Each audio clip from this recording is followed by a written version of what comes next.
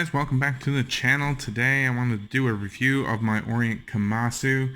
That's the model number RN-AA-00003R19A. That's a mouthful. Orient, please help us with your model numbers. I've had the Kamasu for about 7 to 8 months now. So it's worn lovingly. Here's the box that it would come in. Orient on the inside. Hang tag, little clip of paper showing you sapphire crystal. I do have one whole link removed, and yeah, for sure your owner's manual and international guarantee in behind it. Little pillow, we'll get that out of the way. So the Orient Kamasu seems to be having a little bump in popularity on YouTube now with a bunch of different reviewers giving it some attention. So I wanted to put in my 2 cents worth for 7 to 8 months now of ownership and wearing. So let's take a look at the specs. So Orient came out with this one about a year ago. Some called it the Mako 3. It got its name, Kamasu. And it is a gorgeous looking watch. Kamasu being Japanese for Barracuda. So this one runs you about 380 Canadian dollars on Amazon. Our American cousins definitely going to get it for cheaper. So you can check it out at your favorite retailer. But this one is a watch that I own. I purchased it used from Bob over at Time to Go Travel and Timepieces. I've done this a number of times. You can check out my first video of the Orient, the unboxing that I did with it. So if we talked about the movement, this is an Orient caliber F6922. They say it's got an improved accuracy over its predecessor. It's now about plus or minus 15 seconds. It's got a 21,600 vibrations per hour, 40-hour power reserve, 22 joule movement. So it's got a day-date complication, as you can see there at the 3 o'clock position. It is hacking and hand winding. The crown's got great action. Double click, there you go. And adjusting it. There you go, it picks up again. So let's wind that back in. Some more of the specs as we're looking at it here. That's a 120 click unidirectional bezel with a black aluminum insert. Nice, solid action. Orient really delivers with this particular bezel. Alignment, as always, is gorgeous. So, got a bit of fun times in front of the window here with the light. Alright, so water resistance, 200 meters, 660 feet. You'll see there 20 bar at the 6 o'clock position. Let's see. There you go. Orient automatic, water resistance, and water resist 20 bar is all printed, but the Orient logo there at the 12 is applied.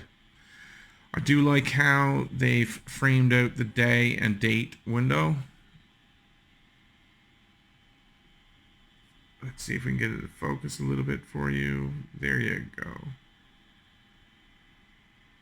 All framed out. All those indices are applied. Really sharp looking. Really well executed. The hands are awesome. Nice big sword hands. Orient on their website talks about how it reminds them of the teeth of the Barracuda. So if I back out a little bit more, the specs for case diameter, it's 45 millimeters in diameter, including the crown. It's 41 without the crown. 12 millimeters, 12.8 millimeters thick, and those lugs are 22 millimeters thick. There's no polishing. It's all very brushed sort of finishes to it all.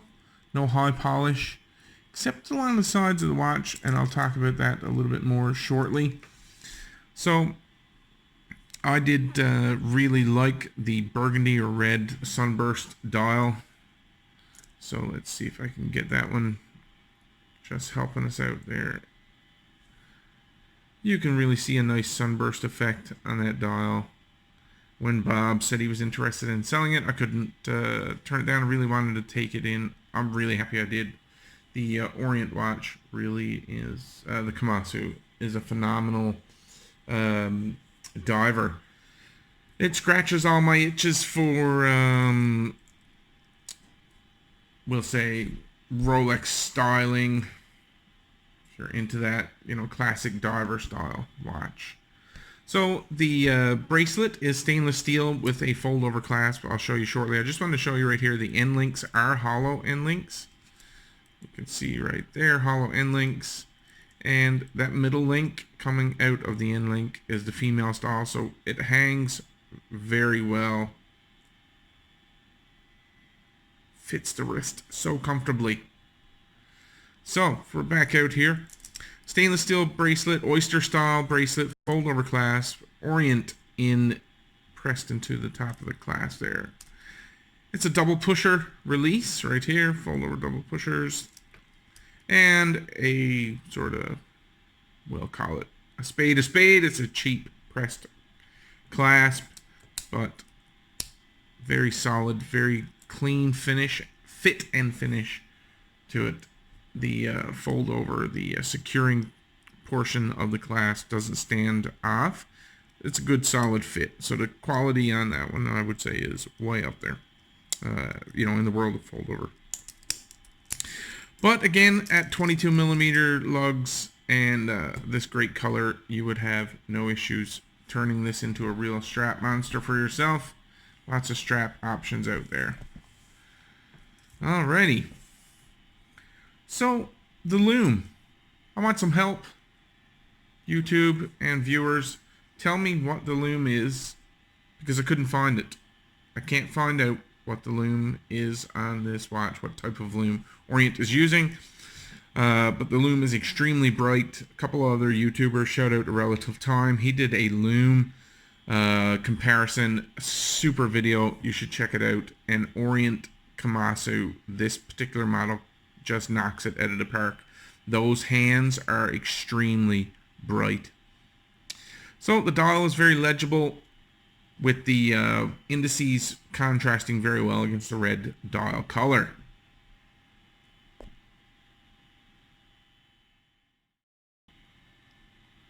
One thing I forgot to mention, this is a sapphire crystal in this watch. I showed some of the tags in the box there a moment ago, so I'm assuming you know by now.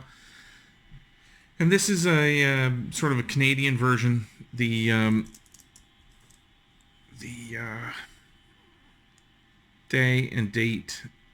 So you see French, mardi, French, and there's a day moving. There we go. There's the day of the week. These are all the French and English of the watch. Let's go back to Tuesday. It is not the 29th, but I'm not going to worry about it. Get that crown back in there. So a couple of things I do want to talk about that probably, you know, you're not going to see in the other videos. Orient reviews, Kamasu reviews, there's a number of them out right now, and it's straight out of the box reviews. Two things that bother me about the watch. Crown. Although the crown has good action, it's quite hard to grip. Now, some people would say that, well, you know, that's just how it works. Because, there you go. You can see the crown is protected by the guards, and, you know, that's what you want. You want that crown protected by the guards. So, if I, and at this point, you can see already some of the things I want to talk about. Let's take a look at it again. The case, look at the marks on it already here. So that's on the lower side of the crown. Upper side of the crown, not so much. I'm not sure for the, I'm wearing this watch about once a week. Not in hard work, hard environment. I'm talking going to the office, sat at my computer, and the watch is quite scuffed already. And that's once a week wear. So I'm a little bit, I won't say upset, because I really really like the watch a lot. But I'm curious why the finish is not holding up. I've got a Seiko diver from the early 90s, and it's holding up much better than this watch. It's so this watch is scratching or nicking, dulling the polish. The finish is becoming dulled very easily. So it's definitely one area that you might want to consider if you want this one to. And I guess some people might argue it's the price point. We're not talking a high-end dive watch. We are talking lower. When it comes to price, let's be honest.